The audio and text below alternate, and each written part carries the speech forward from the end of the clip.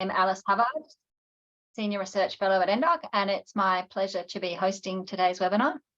I would like to begin by acknowledging the Bidjigal people as the traditional custodians of the land on which NDOC is located and from which I am joining this meeting. I would also like to acknowledge the traditional owners of country throughout Australia, noting that our speakers and audience are joining from many different locations across Australia.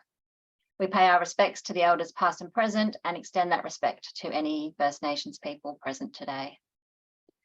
Now it's my great pleasure to introduce today's speaker, Professor Shane Darke. Shane, who has been with NDOC for over 30 years now, is a world leader in research on the health effects of illicit drug use. He has published over 300 articles and 6 books and is the Australasian regional editor of Addiction, which is the leading journal in our field. In this webinar, Shane will be providing a clinical profile of deaths related to volatile solvent misuse in Australia in the last 20 years or so, and we'll discuss how we can respond to these harms. I'm pleased that during question and answer time, we'll have the opportunity to hear from Associate Professor Amy Peacock, also from NDOC. Amy is Program Lead for Drug Trends, which is a national system funded by the Australian government, which seeks to identify trends in illicit drug use, markets and outcomes in Australia.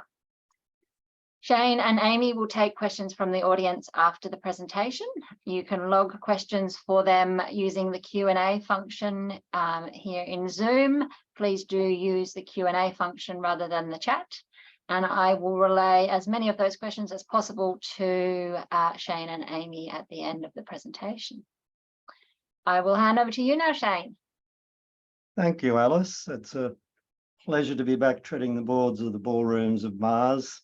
Thank you and the audience for watching today. What I'd like to preface this talk is by saying, well, why study drug-related death? Well, I think there's a few reasons. The one reason is clearly that only by understanding drug-related death can we hope to prevent future deaths.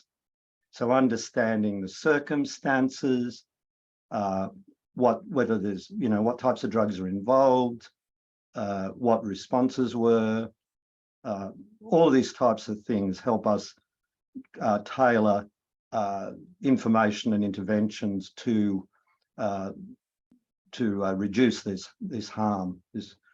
Now, the other thing I think is each of these deaths is a tragedy and potentially preventable. And I think we owe it to the decedents and to the family, friends of the decedents to explore what is happening in these types of tragedies. So as you can see, we're going to be talking about volatile solvents today, but what we'll start off with is,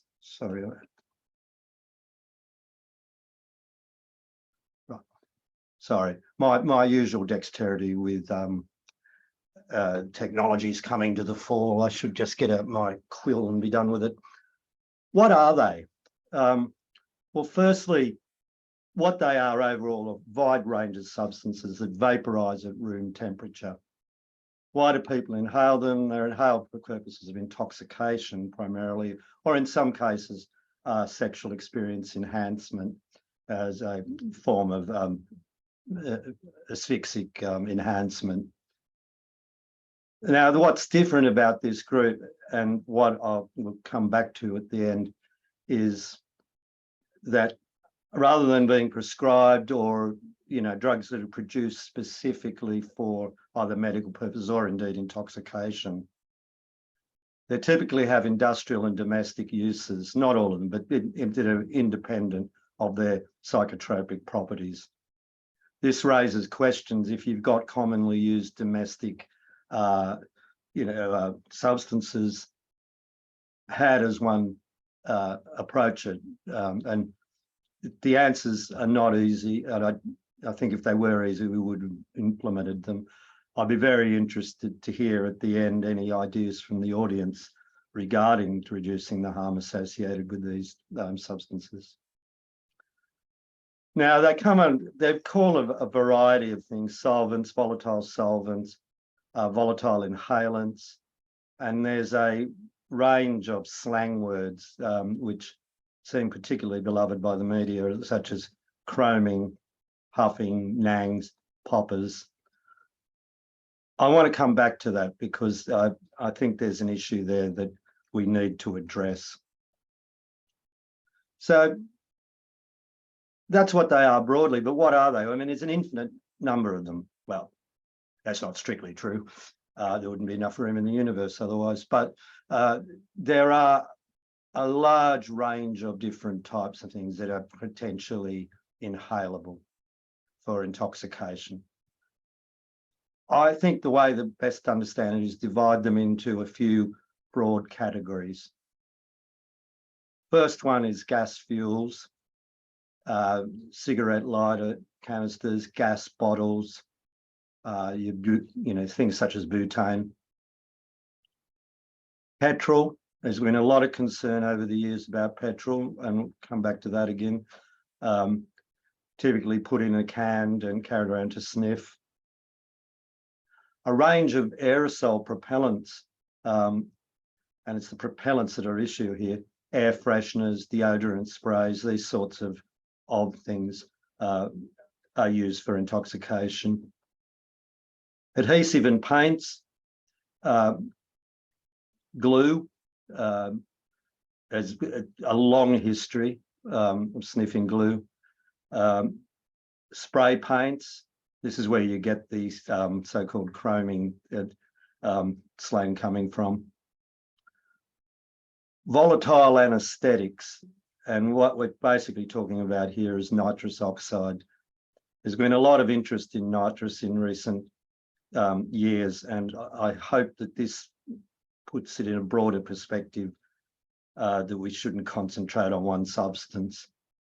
Now, I should point out the volatile anaesthetics are typically administered in a medical setting with a mixture of oxygen, and it's an unbreathable gas. So there isn't a real issue of using it without oxygen.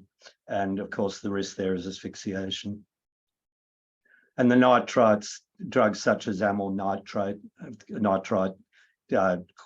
frequently used again for sexual enhancement. So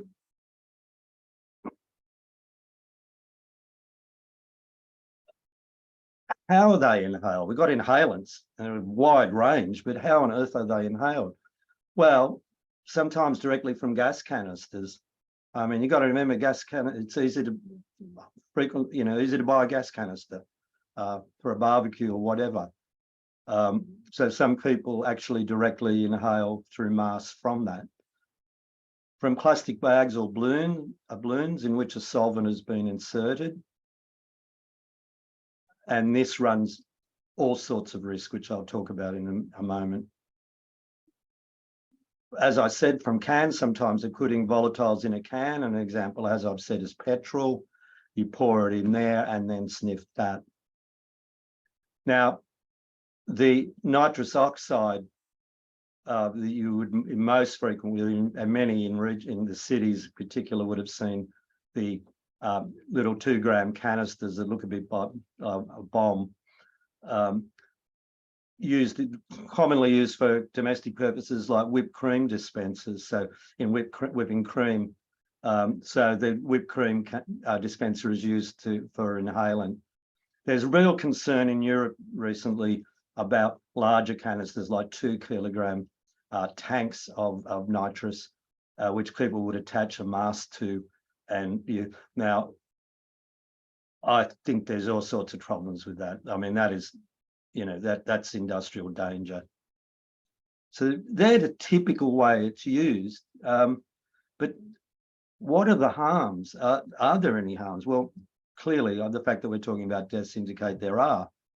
And what I would like to say is that it would be absurd for me to say that everybody who uses a substance such as these is going to experience harm, but they may, and many people do. And sometimes this harm is so extreme that people may die. So let's have a quick look at what the major harms are. Acute ones, the major risk, a major risk is asphyxia. Now that can be that you've got a mask on, you've got a gas or inhalant that is, it's not respirable, it has no oxygen in it, so you can die of asphyxia. The other major thing is plastic bag asphyxia, putting a plastic bag in a plastic bag, attaching it to your face, passing out and dying of plastic bag asphyxia. The range of, there's some other, that's a more direct mechanical issue, but cerebral edema, the swelling of the brain, an acute effect in some cases, seizures, fits, of great cardiac arrhythmia, and of course that's an alteration in the rhythm of the heartbeat, and this can result clearly in cardiac arrest. And indeed, a lot of the interest is in looking at the pathology here is on cardiac arrest, but there is also a phenomenon of acute respiratory arrest. And in fact, the director of our centre, Professor Michael Farrell, was on a paper in the 80s, which was the first to actually document that there was a case where people just simply just stopped, had respiratory collapse. Can result in kidney failure. And in intense, this is you see this with some drugs such as the psychostimulants, methamphetamine being a good example, cocaine, an intense agitation that can result in harm to self or others. And the literature quite clearly shows that people are just suddenly be highly agitated and attempt suicide, kills, or actually die from suicide. And there's also the risk of danger to others in those. It's basically a state that's akin to delirium. And there's definitely documented cases where you get this acute psychosis, which feeds into this. When someone's in an acute psychotic state, they're at high risk. Now, there are some issues that are chronic and they feed into those. Acute, long-term use can cause atrophy of the brain and of the cerebellum, and the cerebrum. Can cause cardiomyopathy, as you get the heart muscle loses tone, shall we say. Heart chambers are dilated, which causes reduced pumping efficiency, which of course may result in cardiac arrest. Can cause kidney disease. And there's something quite unique, well, it is unique, not quite unique, you never qualify an absolute. Something which is unique to nitrous oxide is that it can cause spinal cord degeneration due to interference in metabolism of vitamin B12. And in some cases, if not, this can be irreversible. So there are a range of harms. And as I've said, I'm not going to say everyone is going to get those, but I'm pretty sure that a whole lot of people that use these drugs aren't aware of that. And there's something of particular concern, particularly with the hydrocarbons, sudden sniffing syndrome. It's that's not my term, that's the term that's been used in literature. A sudden collapse shortly after inhalation of one of these drugs. It's due, as we talked about before, to either cardiac or respiratory arrest, and that may result in death, and it in fact does result in death in many cases. What I would like to say here is what those we've seen here is a collection of that two things stand out. One, these aren't harmless products. Using them in a manner that's not related to their industrial use, for example, or domestic use, does come with serious risks. And the other thing is, and we'll look at this shortly, if someone collapses suddenly after this inhalation, it's a major medical emergency. There's only one thing to do: call an ambulance immediately. And that can be the difference between life and death. So, all right, well, so what we're interested in finding out, there's been concern about the increased number of people using inhalants in Australia. It seems to have gone up over the last 20 odd years from about 0.7% of the population to about 1.6 that's have used in the last year. But I mean, they don't sound like huge numbers, but as a percentage, but you think of the population of Australia is what, 26 million. That's a lot of people that potentially at risk. So we were interested, no one had done a national study of deaths in this country, and there's very few anywhere in the world. So we wanted to look at that. And what we're interested in, we're looking at the circumstances of death. Where did people die? What was the manner of death? Who's dying? Males, females, old, young? Looking over the period of 2000 to 2021. Interested in the toxicology. What drugs were on board? What were the inhalants being used? And were there other drugs on board at the time? So was there concomitant use? Because as those who, many people will be aware, polypharmacy is one of the outstanding characteristics of substance-related death. And it's interesting, we're interested in looking at some of the major autopsy findings. Can this tell us anything about it, what's relates to these deaths? Now, what we did was look at use the National Coronial Information System, which is one of the great treasures of Australia. Seriously, the people there are outstanding.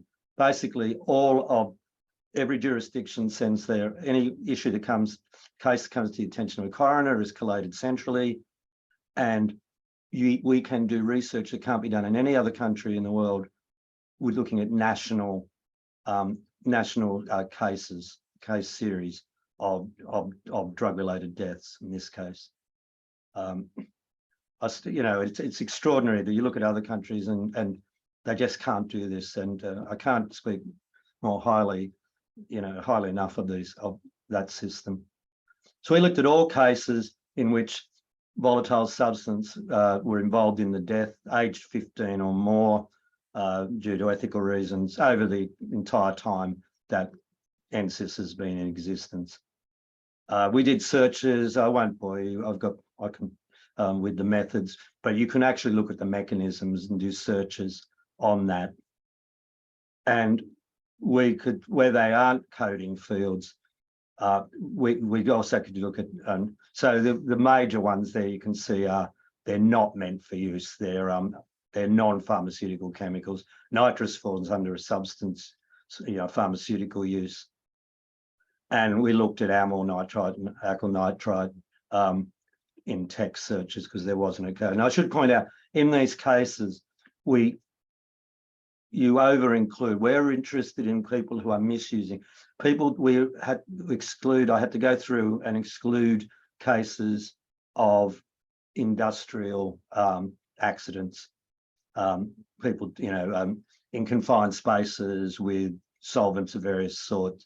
That's not what we're interested in. Those are tragedies in their own right, but a different issue. And than we're talking about people who are using these for purposes other than which they were intended.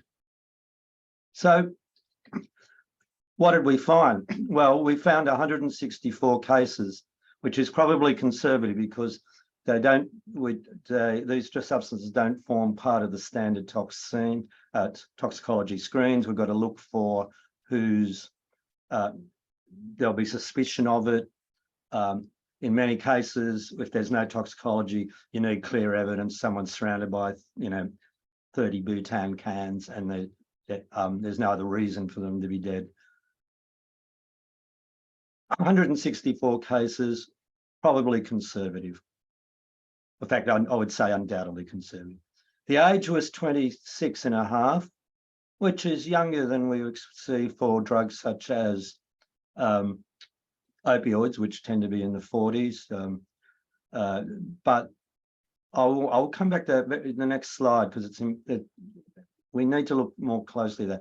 80% male, that's a fairly standard drug-related death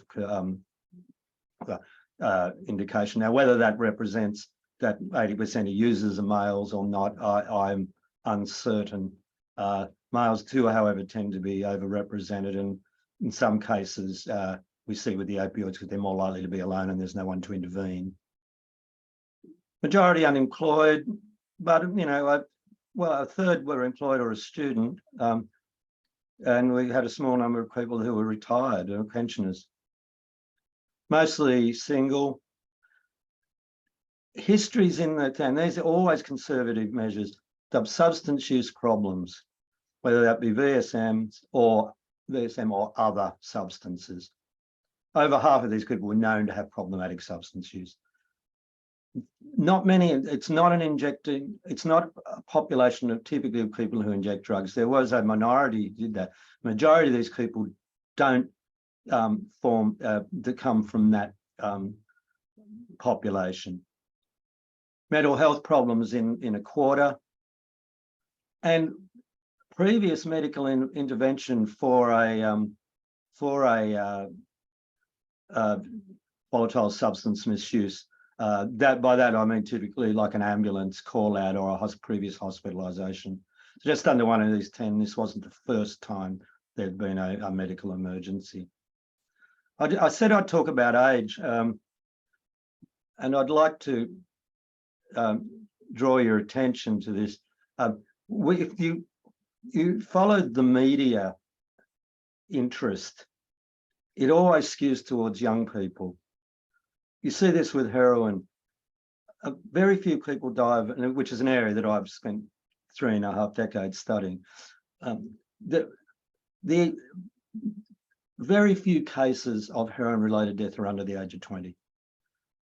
It's older people, but the focus is always on a high-profile, low-frequency event. That's a tragedy, but we need to understand where the harm is occurring. And so if you look at that, we had just under 1 in 10 who are over the age of 40. And over a third over the age of 30. Most of them were in the 20 to 29 year group, which was the mode was in that age group, where we see a lot of modal drug use being highest in those groups.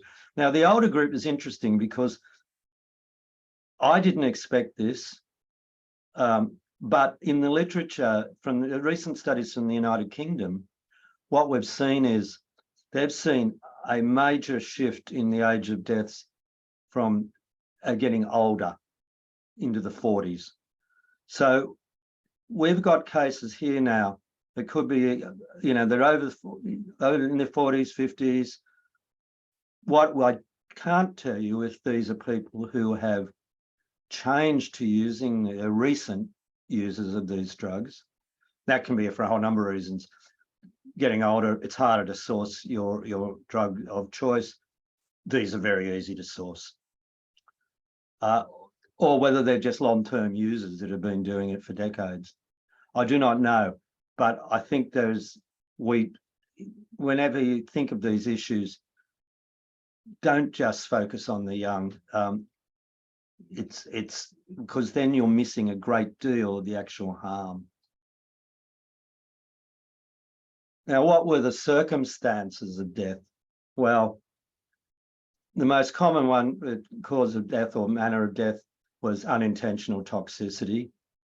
That is the straight out toxic effects, probably a respiratory failure, probably a cardiovascular event.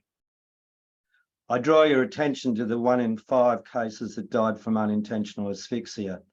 These are people that died from inhaling, not having any oxygen, and plastic bag asphyxia. 1 in 8 roughly were intentional self-harm, mostly by physical means, and the typical pattern was high agitation, and then an unexpected person goes missing and they're found dead from a physical means of death. And traumatic accident, I should have mentioned that one of the risks obvious people being intoxicated, driving, falling over, these sorts of things. Again, what it shows you is that these are all people that died, and it's all been associated with in the coronial process as being it's associated with the use of solvents immediately prior to death. Now, quite often, people there's always a lot of focus in drug-related death generally on again high visibility cases which are in a public setting, whether that be a festival, a street, etc. But typical, almost all drug-related deaths occur in a home environment, because that's where people spend are more likely to spend their time and to use. And this was no different. 3/4 of them occurred in either a private home or a hotel room. Now, reading the literature going into doing this study, I read one of the very highly reputable pathology textbooks that said with quite certainty that these were almost all cases we're using with others when they die. No, they weren't. In quite often, in just under 80% of cases, these are people who are using it by themselves. Now, whether they've locked themselves in a bedroom, whether they're somewhere by themselves, and of course you can see the risk. You can't intervene if no one else is there. And you can see that in only 17% was there any medical intervention prior to the person dying. And this comes back to, and there were quite clear cases. You know, I read all of these cases as I do with all the drug-related death studies. And you get a narrative of the situation. And there's a lot of, even when there are people there, there's a lot of panic. There's a lot of doing other things before you ring 000. I cannot tell you how many people would have been alive if there'd have been more medical intervention that wouldn't have appeared in this. But I think it's a fair bet to say if prompt medical attention had been given, some of these cases would not have passed away. What were the types of solvents? Now, I notice that everyone talks about the volatile anaesthetics, nitrous oxide, as you know, used for those and in dental care, for example. But that focusing on that, you know, is missing the point. There are only 13% of these deaths. Gas fuels, if you take the petroleum, gas fuels and petroleum, that's where the action is. Yeah, the adhesive and paints, the aerosol propellants we talked about.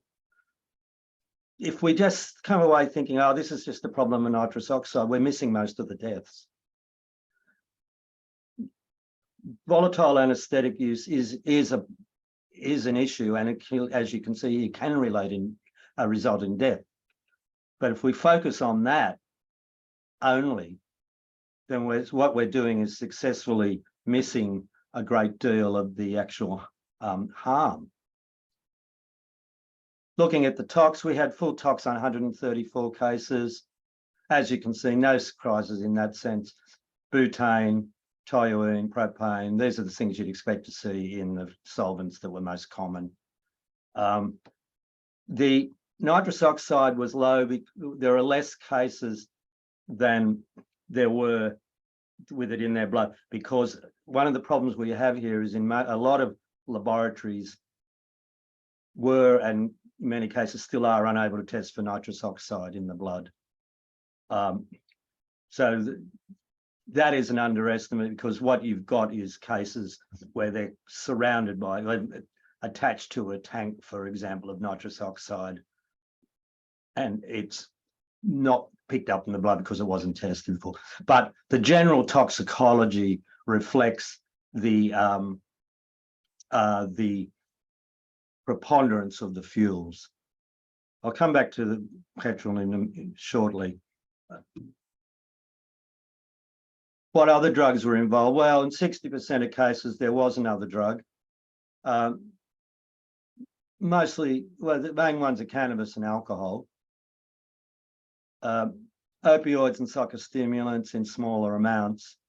But what this reflects is people who tend to get into substance misuse, and you can become dependent on these drugs. Drug use tends to sit in a constellation of other drug use, and of course cannabis is the most widely used illicit drug. It's not a surprise that it'll be present in a large number of cases. Now, what were the major autopsy findings? Full autopsies were done and available in 104 cases. Pulmonary edema, that is frothy filling of the lungs and the foam coming out nose and mouth, typical in basically across the board in drug-related death. Aspiration and vomit in 30%. Now, aspiration, that is inhaling into the windpipe and into the lungs. This is very serious. That is a major medical emergency. It's difficult to reverse and it needs prompt attention. So one of the things that happens with people that take drugs such as this is that they vomit and they then take a breath and inhale it. And that can directly lead to death.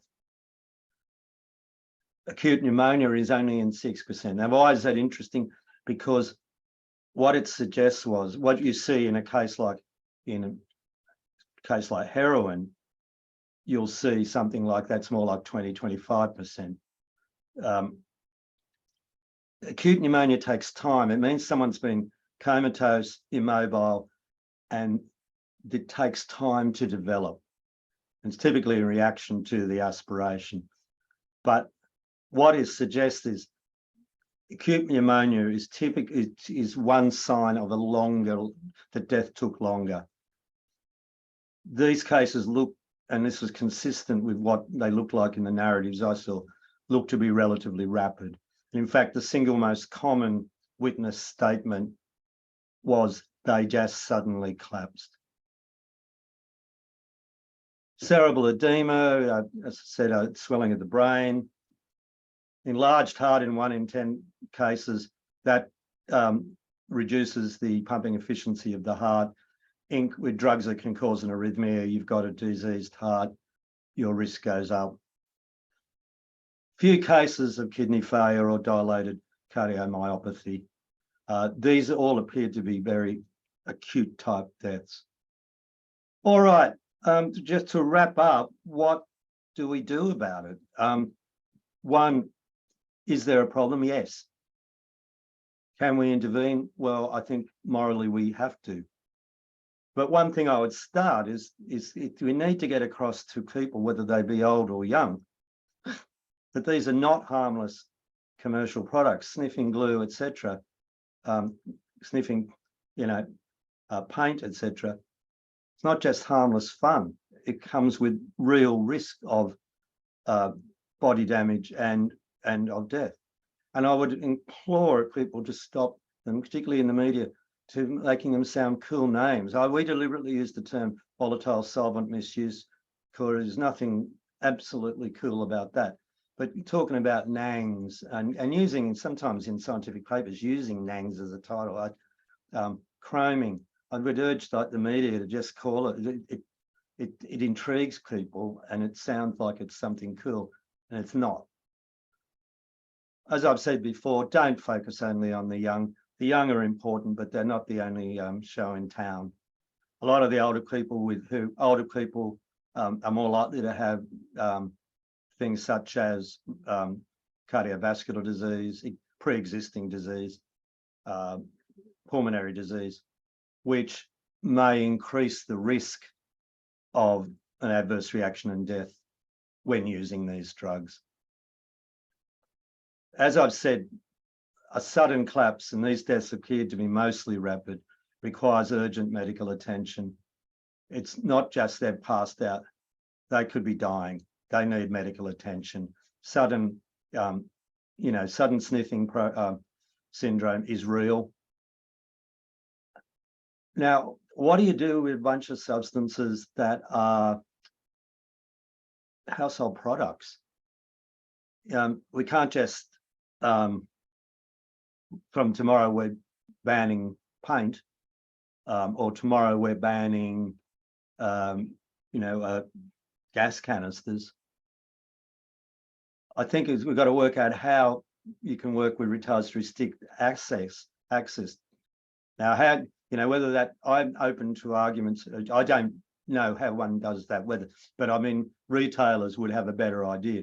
Also, responsible product design and warning labels. I guarantee most people who use these drugs or misuse these drugs or substances have no idea about the warning. Large canister nitrous oxide appears the road to ruin to me.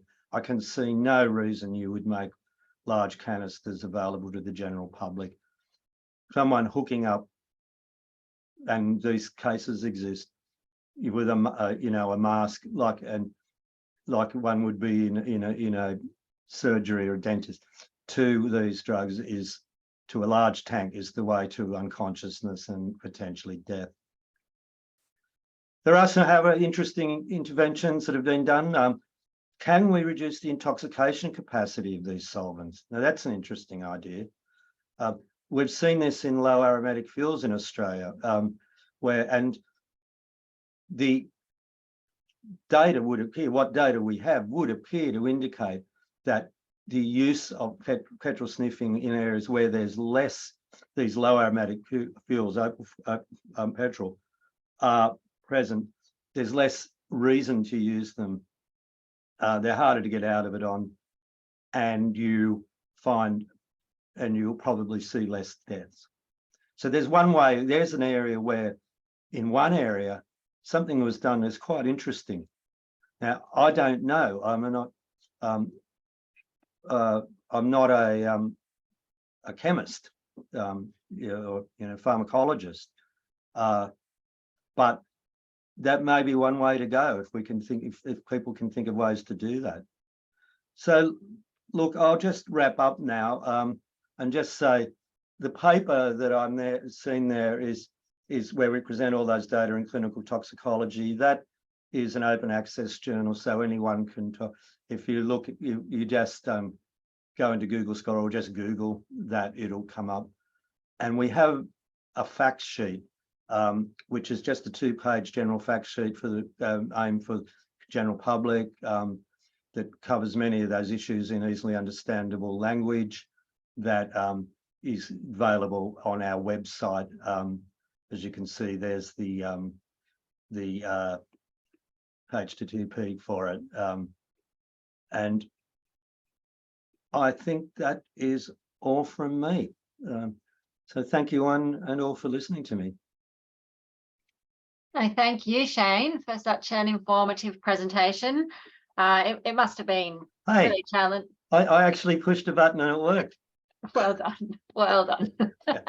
I was just saying it must have been really challenging and confronting to be studying these coronial reports, but it's clearly, as you said, really important to developing a better understanding of how these deaths come about and coming up with strategies to hopefully reduce that harm. They are very, I mean, it's sober reading, it's somber reading when you're reading it, but what I would suggest that comes out of those is by reading like whatever the drugs involved, you get a picture, you come away with a feel of what's happening that you didn't have before. Yeah. So I think these sorts of studies, well, of course I'm going to say my studies are value, but I think to say these sorts of mortality studies, I think have great potential for changing policies or informing interventions. Absolutely, yeah. Okay, well, I think we'll now invite Amy to turn her camera and mic on. Thank you, Amy, for joining us today as a panelist. I wonder if you might like to start before we get into questions from the audience with your reflections on what Shane has presented.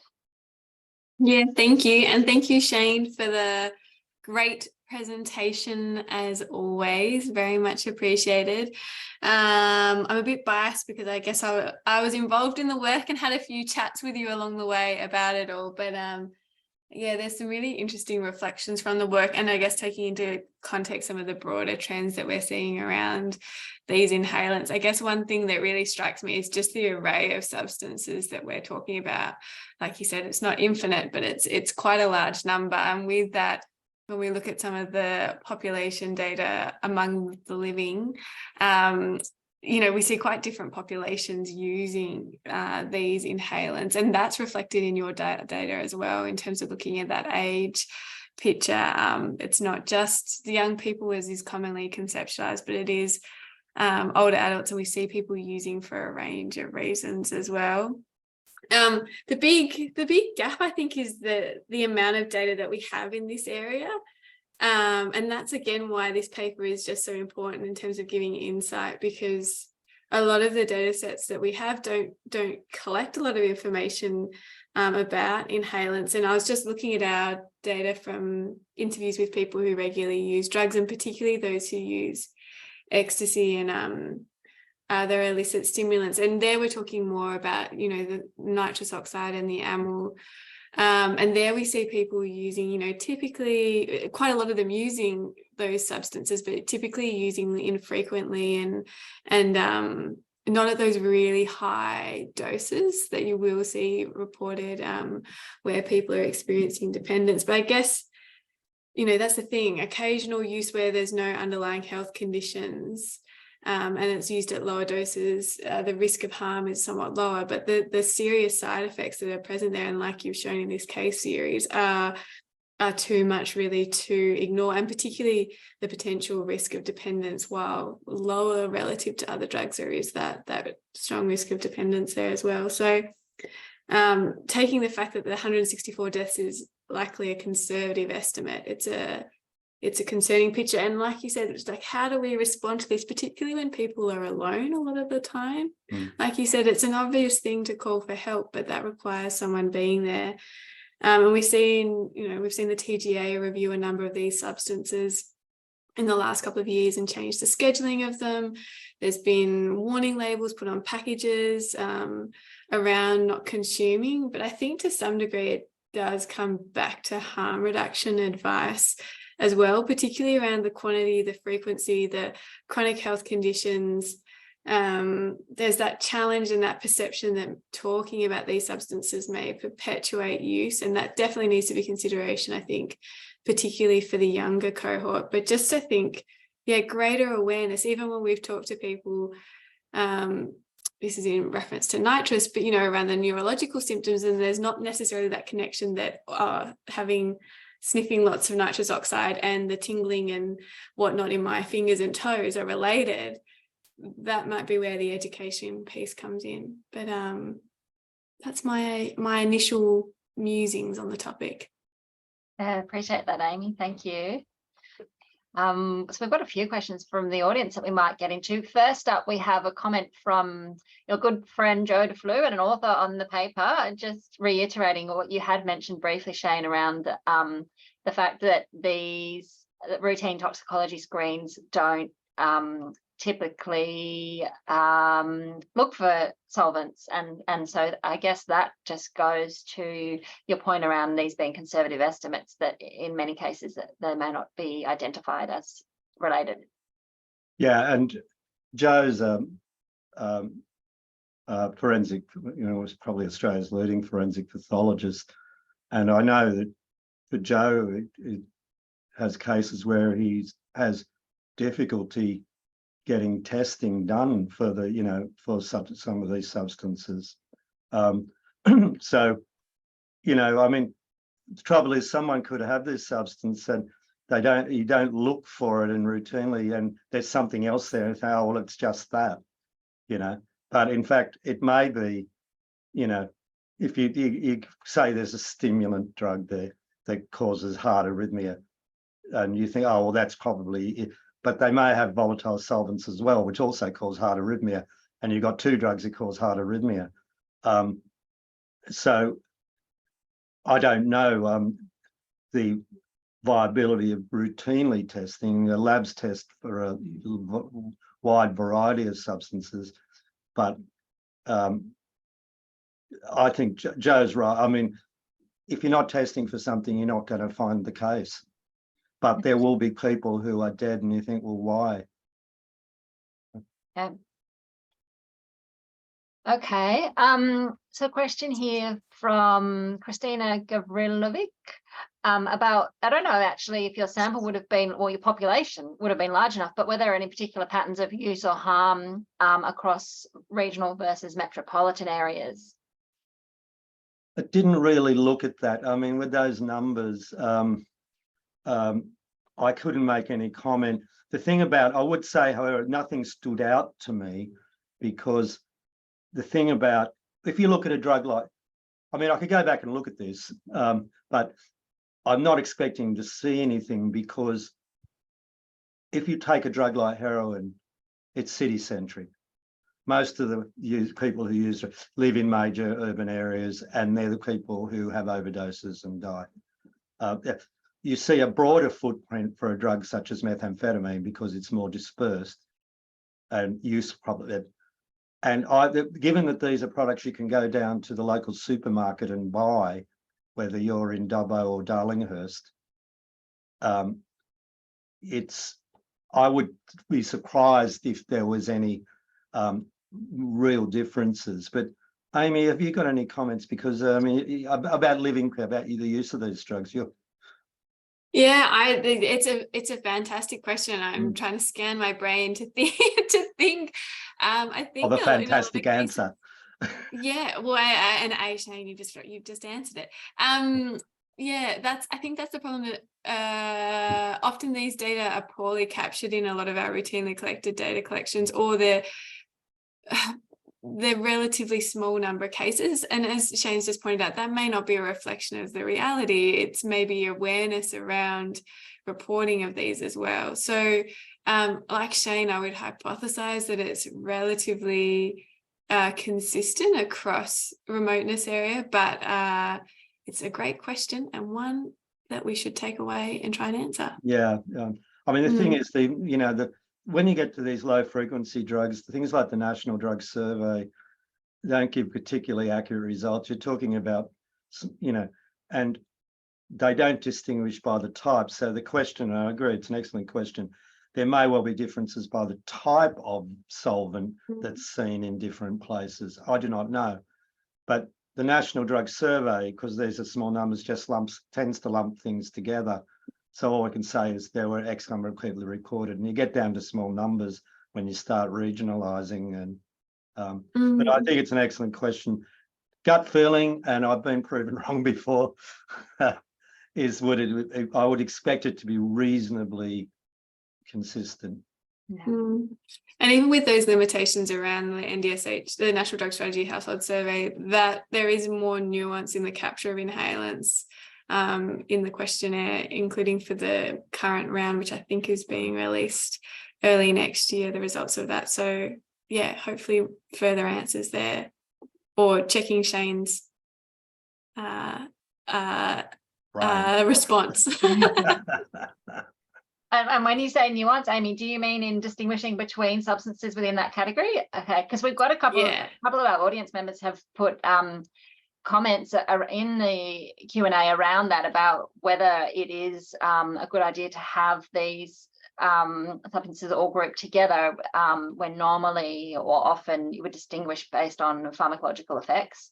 But I guess, it's similar to what you've just been saying, that when there aren't that many cases of them, how can you be examining them at that level?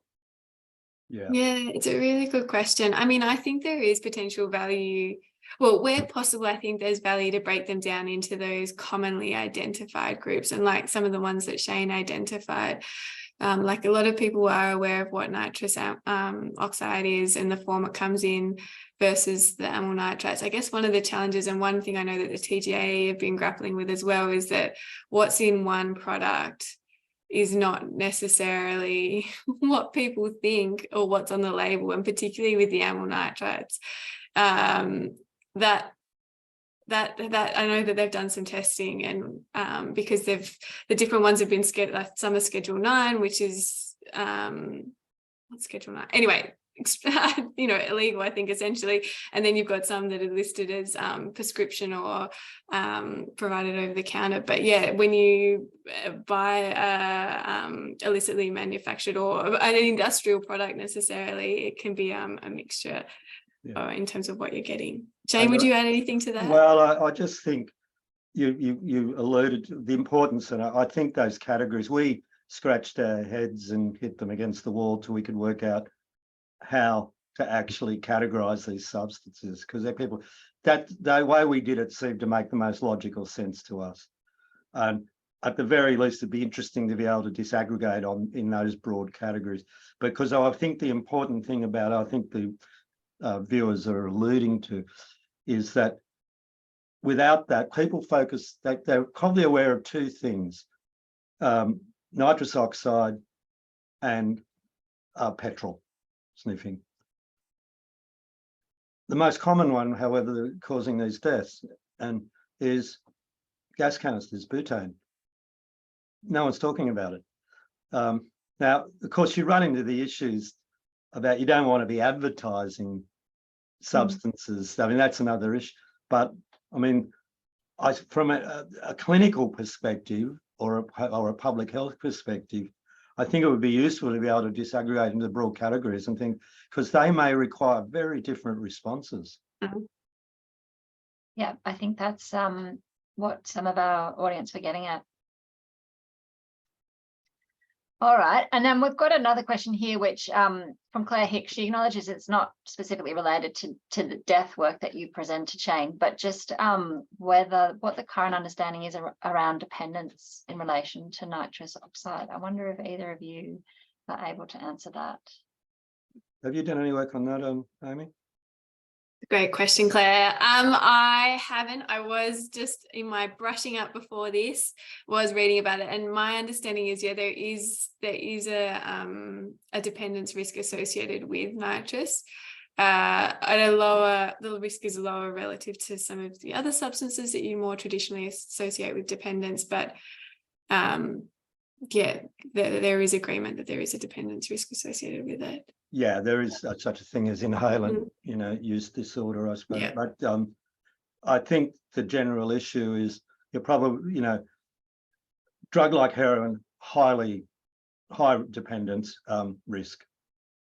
It's estimated something like 1 in 4 people who use heroin go on to develop dependence.